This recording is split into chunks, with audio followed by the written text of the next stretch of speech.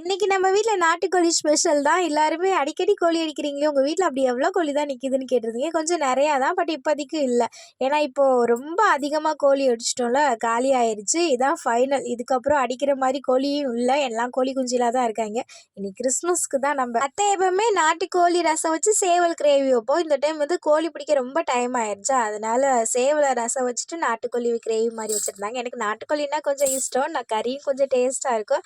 சாப்பிட்டுட்டு தண்ணி வந்ததா அதை பிடிச்சி வச்சுட்டு இன்னைக்கு ஃபுல்லாக கரண்ட் இல்லையா, எல்லாரும் வெளியில் புளிய மரத்தில் தான் உட்காந்து பேசிகிட்டு இருந்தேன். எங்கள் மாமாவுக்கு ரொம்ப போர் அடிக்குது அப்படின்னு மீன் பிடிக்க போயிட்டாங்க. இதெல்லாம் சும்மா ஜாலி, அவ்வளோதான். இன்னைக்கு எல்லாருக்குமே சாப்பிட்டது ஒரு மாதிரி இருக்குது. ஒரு இஞ்சி டீ ஸ்ட்ராங்காக இருந்தால் நல்லா இருக்கும்னு கேட்டாங்களா, சரி ஈவினிங் போல் எல்லாருக்குமே இஞ்சி டீ போட்டு கொடுத்துட்டு இன்னைக்கு வியாழக்கிழமை சன்னவழி சந்தைல மாமா செல்வா எல்லாருமே சந்தைக்கு போயிட்டாங்க. படித்து படித்து சொல்லி விட்டுருக்கோம், மீன்லாம் எதுவும் வாங்காதீங்க, இதுக்கு மேலே நான்வெஜ்லாம் வேணாம் அப்படின்னு. என்ன பண்ணுறாங்கன்னு தெரியல.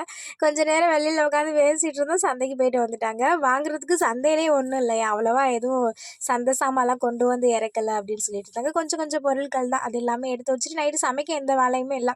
எல்லாமே மதியம் வச்சது அது அப்படி அப்படியே இருந்ததா. அத்தை இட்லி மட்டும் அவிச்சு நைட்டு சாப்பாடு முடிச்சாச்சு. செல்வா நைட்டு ஊருக்கு போகிறேன்னு சொன்னால் நான் போகணும் சொல்லவும்ல இருன்னு சொல்லவும்ல, அதை பார்த்துட்டு அவனே இருந்துட்டான். இன்னைக்கு ஒரு நாள் தான் பாப்பா, நாளைக்கு கண்டிப்பாக போயிடுவேன் அப்படின்னு. சரி இருக்கிற வரை நமக்கு ஹாப்பி தான்.